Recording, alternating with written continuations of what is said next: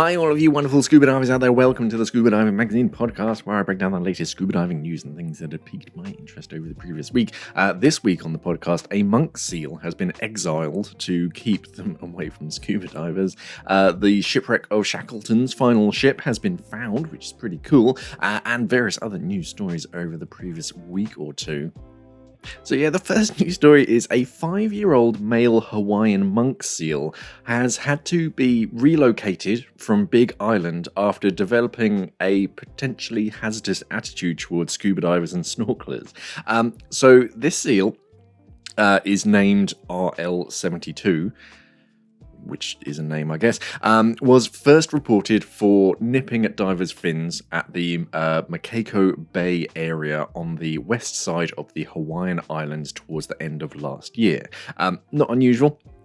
I go diving around the Hawaiian Islands as often as possible, and yeah, the seals, they like to play with your fins. What might have first have been regarded as like playful behavior, unfortunately soon developed into nipping at other items of dive gear and limbs. So people were starting to get bitten and quote attempting to mount divers as well. And then when it's the seal bit a diver's head, the authorities had to take it up a step and really kind of pay attention to it. So these Hawaiian monk seals, they're endemic to that area. They're protected. They're a protected species in Hawaii, but they're among the world's most endangered seal species. So they couldn't like do anything too nefarious to this poor little seal. So RL72 was captured at NOAA's request. Not the person NOAA, the National Oceanic Atmospheric Administration, the NOAA. They requested staff from Hawaii's Marine Mammal Center to capture it, and on the 4th of June, it was they were captured and then were taken to a remote island called Kamole. Which is populated by another like 200. There is a seal colony there. They haven't just found this like penal colony island and just kind of put him by himself. There are other seals, but yeah, he had to be taken away from the big island because yeah, he's getting a little bit too aggressive. After reviewing video footage of the actual head bite, which didn't cause any like serious injury, but still it's biting someone's head, NOAA said that, quote, it did not observe any indication that the diver had been interacting with the seal or provoked the bite in any way. Wasn't the diver's fault. It is just something that the seal decided to do. RL72's behavior was very concerning and a cause for potential intervention, they said. We actively monitored the seal to determine whether a move was necessary for the seal's long-term welfare and for public safety. Initially, watergoers had simply been warned to just retreat and leave the sea if they felt threatened, but any hope on NOAA's part that RL72 would transfer its interest from humans to other seals faded as its, quote, interactive behavior started to escalate. Quoting, we reviewed multiple videos of divers ignoring and swimming away from RL72 when the seal approached, but RL72 pursued them, biting at dive gear and attempting to mount them. In one instance, RL72 mounted and held onto a diver during a daytime dive. In another instance, RL72 bit a snorkeler on the back, deep enough to penetrate their wetsuit and cause a puncture injury. Ouch. Taken together, the combination of RL72 holding onto people underwater and biting unprovoked presented the risk of seriously injuring or drowning people. Yeah, that's unfortunate, because whilst it might not seem that serious, like a seal holding onto a diver, if it's a breath-hold snorkeler, that's a bit more serious. You cannot hold your breath longer than a seal. Monk seals that grow up in the wild don't normally engage with humans too much unless food or social interaction was regularly offered by them. NOAA actually says, quoting, seals are innately curious, especially when they're young. Once a seal has established a behavior pattern of interacting with humans, it can be extremely hard and potentially impossible to change the seal's behavior. NOAA advises all water users to stay at least 15 meters away from Hawaiian monk seals, 45 meters from mothers and pups, because mothers will come after you, to move away if approached, and to leave the water if the seal pursues, and of course never feed the seals. So yeah, it is kind of fun, and you see videos online of people playing with seals. But you do kind of have to have that like conscious, like with any animal.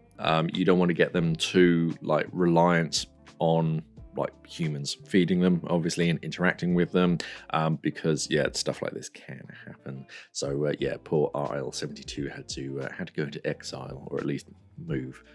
The really big news story of the week was the Shackleton Quest expedition, which was led by the Royal Canadian Geographical Society, or the RCGS, who has discovered the historic shipwreck of the Quest, which is laying at a depth of 390 meters off the coast of Newfoundland and Labrador.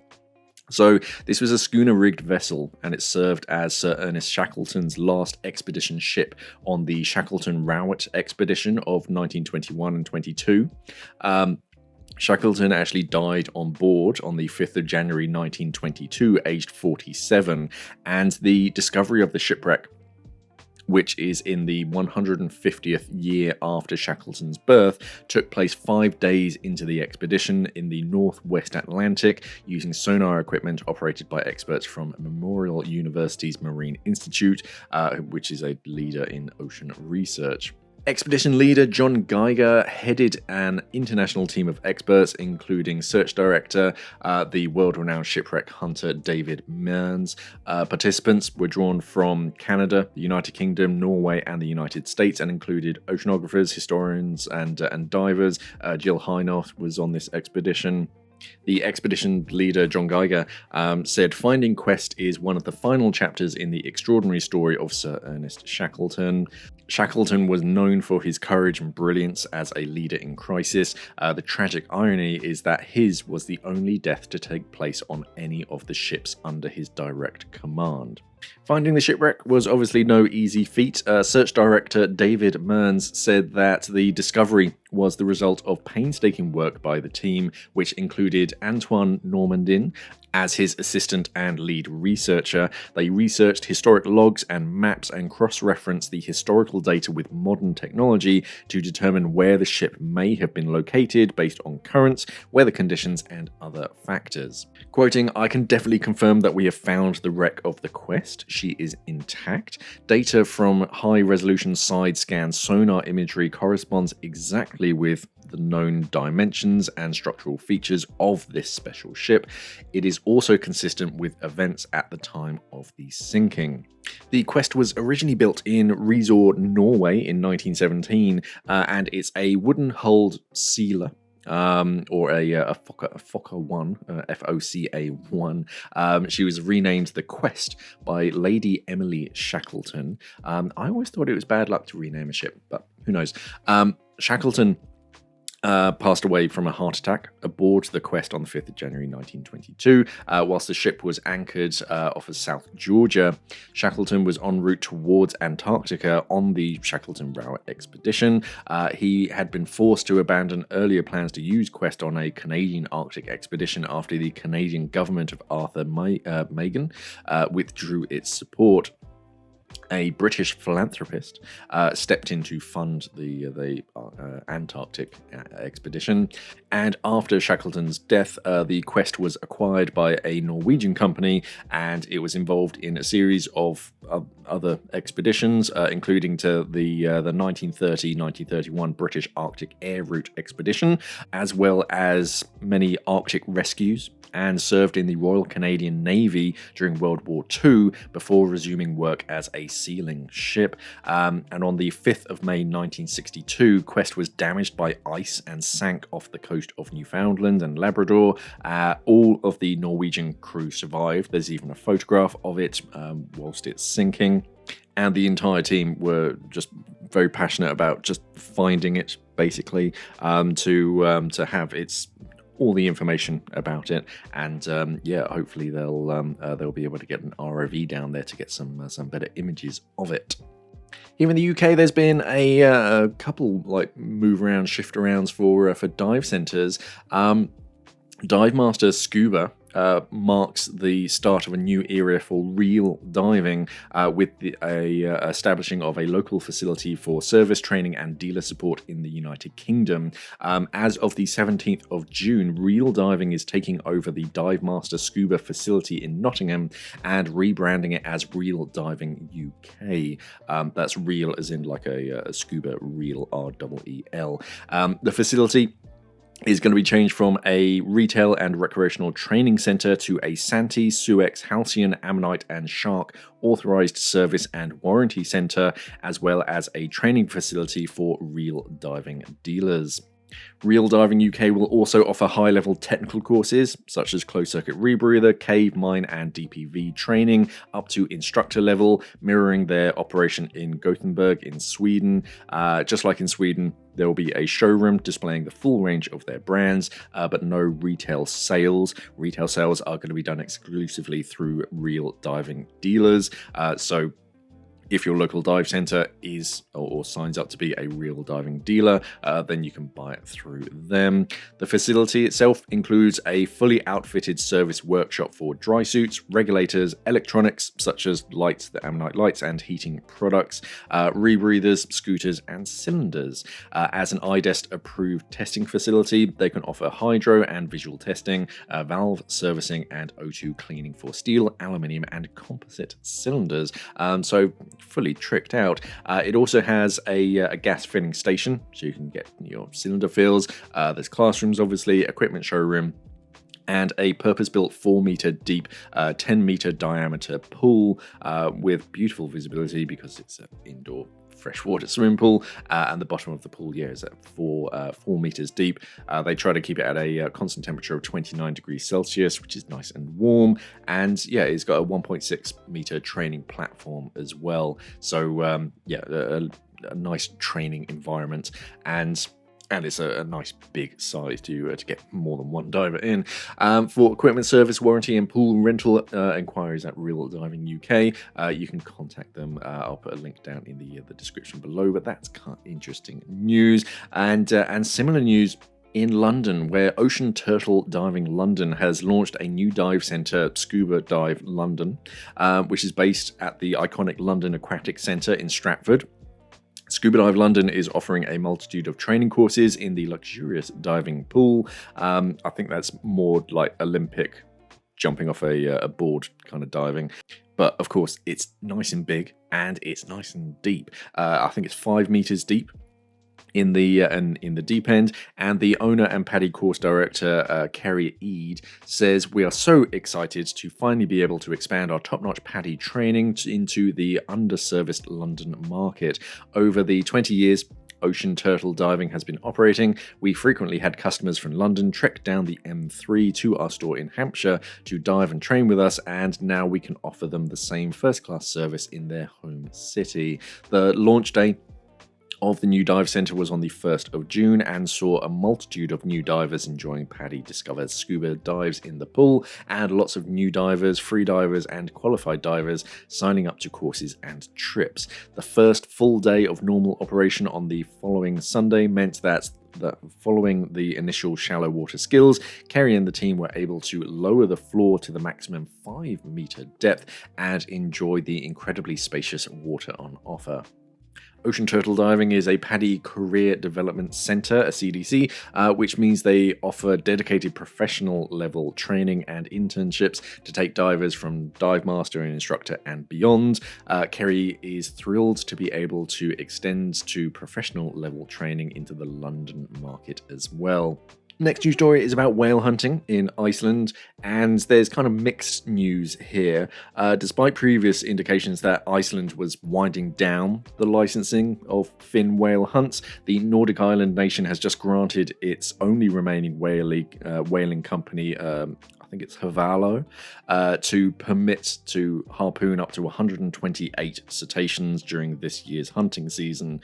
But Christian Lofsson, who's the head of Iceland's whaling company Havalo, told broadcaster RUV on the 14th of June that the government's permission to resume hunting fin whales had been granted too late for this year because his boat would not be ready. Iceland's whale hunting season usually runs from like mid-June to September, so they only got like the permit a little bit too late, so his ships weren't like set up for it, which is good news as far as I can tell. Growing concerns about cruelty in the 2022 hunt, with a government-commissioned report finding that harpooned whales could take up to 2 hours to die, had led to a temporary license suspension last year in 2023. Conservationists had hoped that this marked the end for a practice which is widely regarded as completely unnecessary, retrograde and cruel. But Iceland's new food and fisheries minister, Bjarkli Olsen Gunnarsdottir, said that whilst the decision to restart whaling operations was, quote, not necessary in line with her or her left Green Movement Party's views, she was bound to respect existing legislation. Japan has also allowed whale hunting to resume this year after a layoff with a quota of 59, while another outlier, Norway, has never stood its operations down. Quoting, Norway has quietly got on with its annual slaughter in the background and has killed over 300 minke whales already this year. That was from Ed Goodall, the conservation project manager at the UK-based global charity Whale and Dolphin Conservation. Such campaigners pointed out that the Icelandic whalers have introduced no significant improvements in animal welfare to justify the decision to resume hunting. A recent report by Iceland's Food and Veterinary Authority, MAST, cast doubt on whether hunting large whales could ever meet animal welfare objectives. And Goodall goes on to say, in 2024, it's astounding and shocking that this is still going on. In fact, it's expanding. The desire of a few men to destroy nature, not in the name of culture and history, but commercial gain, when there's no market and it's a loss-making industry. One of the whalers in Iceland said recently that because it's harder to find whales to hunt nowadays, it makes it more fun. It's hard to see hope for the existential issues of our time when we can't consign this outdated industry to the dustbin of history. Now is the time for the world to unite against this small minority and push to bring whaling to an end for good. I think I read somewhere that there's fewer and fewer people, the younger generation coming through, they're not interested in whale meat. It's just a dwindling market, so they're kind of like, well, why are they pushing so hard to get these permits and hunt these whales? If it makes it more fun, then that's probably why. But you do kind of have to see from like their perspective, it's what they've like done their entire life, it's what they've trained as a career, and the prospect of the government turning around one day and basically saying, no, you can't do your job anymore, just retrain for something else. That's got to be fairly daunting for them. So yeah, but we do kind of have to sort of move with the times, as it were, and there are better foodstuffs available instead of hunting whales. Relatives of the 5 men who died on the Titan submersible whilst heading for the wreck of the Titanic last summer, I think it was about this time last year, were likely to have been tormented by an alleged dive log that suggested that their loved ones had been unable to respond to a series of alarms before the vessel imploded. Now it has been revealed that the log, which was circulated wildly online, was faked. Someone created this log and basically made it out as if, they knew what was going on, they knew something terrible was about to happen, and they couldn't do anything about it. But that was a fake, and mercifully, the 5 had no advance warning of Titan's implosion, which was at a depth of around 3.8 kilometers. It was just instant. The originator of the viral log has not been traced, but it was purported to be a transcript of communications between the carbon fiber and titanium submersible operated by OceanGate Expeditions and its mothership, the Polar Prince in the North Atlantic. The chair of the US Coast Guard's Marine Board of Investigation has now told the New York Times that his team have found no evidence that the divers had any advance warning of their impending doom and would have remained unaware of what was happening as Titan's hull collapsed in a split second under enormous pressure. Quoting, "I'm confident it's a false transcript. It was made up." That was a quote from the chief investigator, Captain Jason Neubauer, after his team had examined the actual Titan Polar Prince transcripts, which have not been made public yet. On board Titan, when the catastrophic failure occurred, were French Titanic dive veteran Paul Henry, or PH Nargileh, British businessman Hamish Harding, Pakistani businessman Shahzada Dawood, and his son Suleiman, and Stockton Rush, the CEO of Titan's operator OceanGate Expeditions. The submersible was 105 minutes into its dive on the 18th of June 2023. Just a few days ago will be the 1 year anniversary when the implosion occurred. But the wreckage was not found for some days, eventually being located around 500 meters off Titanic's bow. OceanGate Expeditions had suspended all exploration and commercial operations. When the board's findings were published, it has the power to recommend civil or criminal sanctions if it thinks fit. And I think I saw a few weeks ago another headline which basically said that another millionaire or billionaire has decided to try and do something similar, create his own submarine and take people down. So hopefully that's just a bad idea and nothing goes forwards, or at least they do it a little bit better. But there's no excuse for creating a fake dive log, because how does that benefit anyone? Especially the family, because then that puts doubts in their minds, and they've already been through a lot. So it just doesn't benefit anyone to sort of create that kind of post.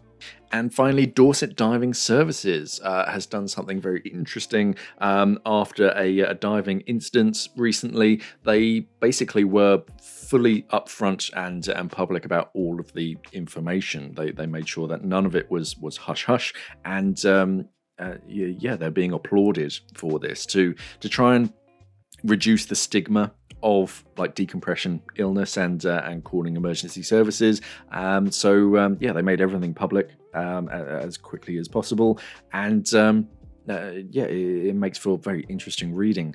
So Dorset Diving Services is a long-established PADI 5-star diving centre based in Poole, and when one of its club divers got into difficulties and needed the help of emergency services, both the centre and the diver themselves set a very welcome example by opening up about the incident. So this is on the 9th of June, and Luke White, who's a experienced member of the centre's dive club, had problems underwater during a wreck dive that resulted in him having to make a rapid ascent from depth.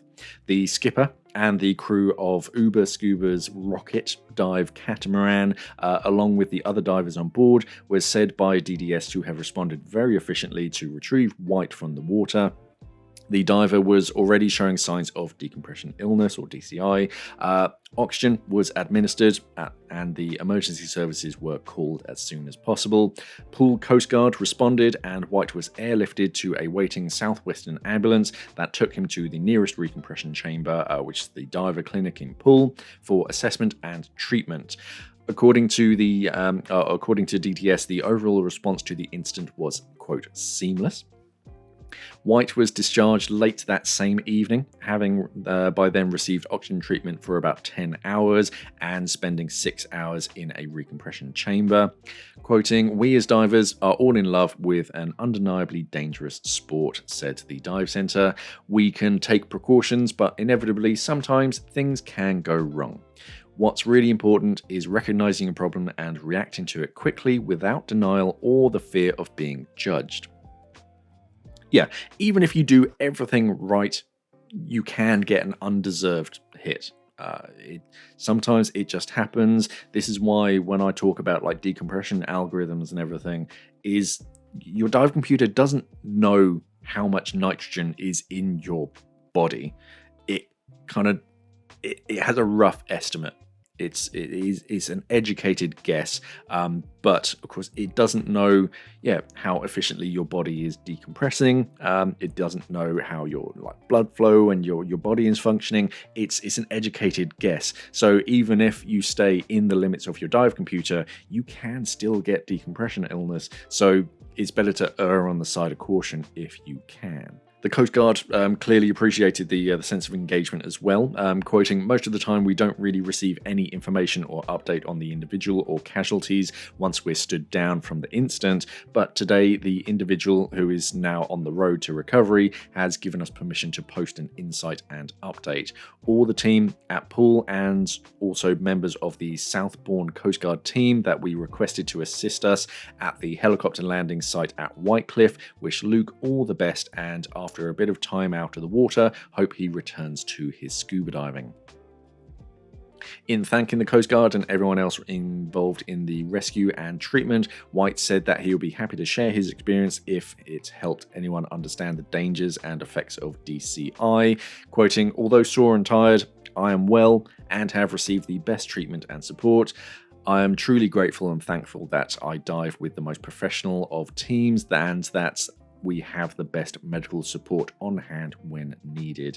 White said that he would be following medical advice and would not be back diving for at least a month. So so often you see stories of divers who kind of have like a feeling and it's like, you're not really sure, I won't mention it. And then like hours later, they end up in a recompression chamber and a longer treatment. Whereas if they'd have said something earlier and been like upfront about it, then they would have received like the best possible care. If you're ever on a dive and something doesn't feel right, or after a dive especially, something doesn't feel right, whatever it is, it's always best to just voice it and take it from there. We even had it in the swimming pool once. I was doing a tri dive, and a lady afterwards sort of got out and was like, "Oh, I'm feeling a bit woozy," whilst I was like breaking the kit down. I was like, "Okay," and we put her on oxygen, made sure so that everything was fine. It wasn't decompression or anything. It turned out that she was so excited or maybe apprehensive about going on a dive in a 3-meter deep swimming pool that she didn't have breakfast. And she was just like, she needed some food, basically. She needed some calories. But of course, that didn't matter at the time. We didn't know that. We just knew that something was off. And we're like, "Hey, we're just going to get you on oxygen first thing." And after she sat down for a little bit and she just recovered. And she said, "Oh yeah, it might be that I didn't have breakfast." So we got some food in her and some orange juice or something, I think. And she perked right back up. It was just that she hadn't had breakfast. She'd been physically exerting herself more than usual, and it all just became a bit too much for her. So anything that you feel a little bit weird, just mention it to your diving buddies. Another big news story this week is that Suunto released a new dive computer, which I'm very excited about. I actually have one. They sent me one. It just turned up on my front door out of the blue. I was like, "Oh," and it was funny because a few weeks back, I remember thinking to myself, and I can't remember why, but I remember thinking to myself, it's like, "Oh, we haven't heard much from Suunto recently." What was their last dive computer? Was it the D5 that they released? And I remember thinking, normally we get something new, and lo and behold, here it is. It's the Suunto Ocean. And again, this is something that we've been talking about, like in the industry, or I've been talking about certainly, is that there's like two parts to Suunto. As divers, we know like Suunto Scuba, the scuba side of the company, but Suunto also has a whole like outdoor range of like hiking GPS and heart rate monitors and all that kind of stuff, and sports things. They do all those kind of computers. Years and years ago, I used to have one which is like a fitness one that connects to a heart rate monitor on my belt. It was a belt that goes around your chest. Yeah, they always have these like two parts of the companies, and they didn't really. I mean, they obviously talk to one another, but they kind of kept to their own. And I always posed to people, it's like, well, why don't they just get one of these? Either like all of the like the programming and stuff from their sports side and put it into a dive computer, or just take one of their like sport computers and make it waterproof and put a pressure sensor in it. And that's what they've done.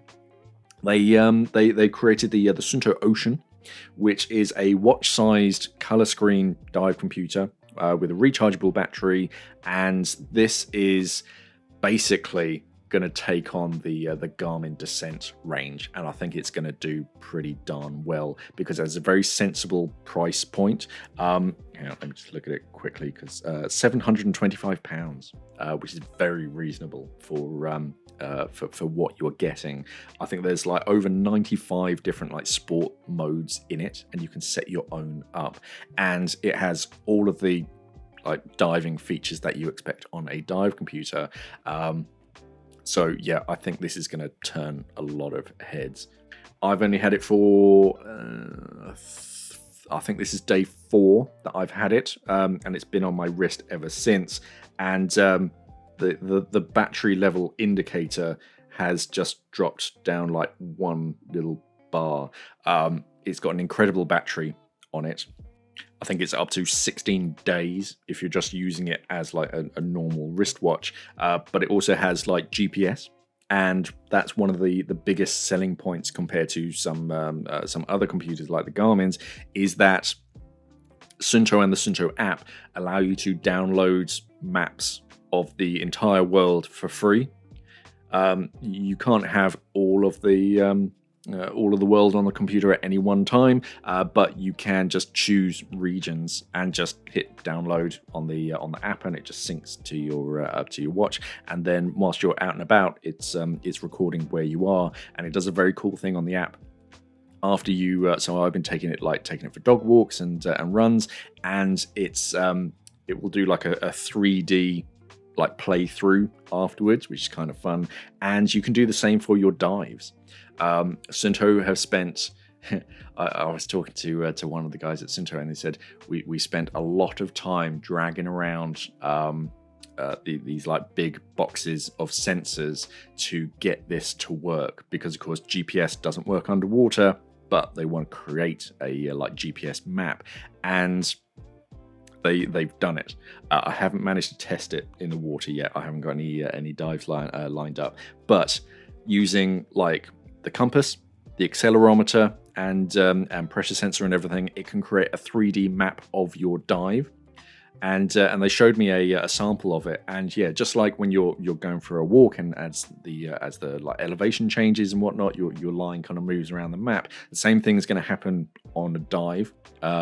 So it kind of follows you as you descend, as you move around. And he said that we did one on a shipwreck, and then afterwards you can see the actual shape, the like 3D shape of the shipwreck after the dive, and yeah, it is very cool. So I think this is definitely going to be turning a lot of heads. 3 different colors. You've got the all black. That's the one that they gave me. I've got a few straps as well, which are pretty cool. It's 22 mil. They're standard 22 mil. So any of their quick release like watch straps for the rest of their like hiking sports range, you can fit to this, or you can get like scuba diving specific straps. Yeah, it's definitely very cool. I'm going to be doing an unboxing probably next week. Depending on how long it takes me to film everything, but yeah, it is a smart piece of kit. This is definitely going to be turning a lot of heads. And one of the interesting things is that they've moved over to a Buhlmann algorithm. So most Suunto computers are on some kind of RGBM model. But this one runs on a Buhlmann with gradient factors, like a lot of other dive computers. So you can kind of pick and choose, and a lot of people are familiar with Buhlmann. So that will be very interesting. And the app is pretty cool. most people focus on the computer itself, but actually the app behind the scenes does like everything. And yeah. Just wait for the review video. I'll try and cover everything in that. I'm not going to bore you too much over here, but yeah, it's a very exciting new piece of kit, and I haven't found any real faults with it yet. So yeah, I think Suunto are definitely onto a winner with this one. And that's it for another week. So thank you very much for listening, everybody. Remember to head over to our website, scubadivingmag.com. Links for everything that I've spoken about are going to be down in the description below. Thank you for listening, everybody. And of course, safe diving.